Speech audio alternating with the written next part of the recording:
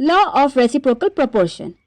1785 में जे.बी. रिच्टर नाम के एक जर्मन केमिस्ट थे जिन्होंने application of mathematics in chemistry में डॉक्टरल की पढ़ाई की थी।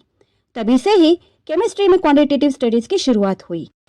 स्टोरी ऑफ केमिस्ट्री बुक में उनकी न्यूट्रलाइजेशन रेशियो एक्सपेरिमेंट्स की चर्चा हुई है।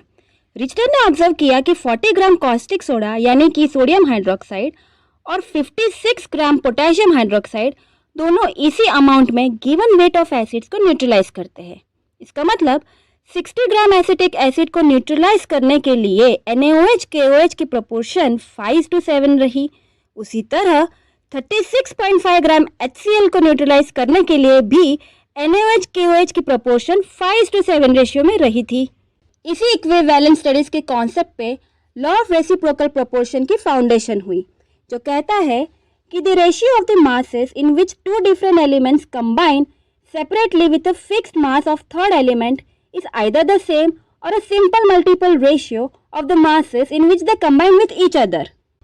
इसी भी एक एग्जांपल से समझते हैं। S और O एलिमेंट कॉपर के साथ कंबाइन करते हैं, यहाँ पर कॉपर की मास फिक्स्ड रखते हैं, तब S:O की रेशियो कॉपर के साथ 2:1 रहेगी।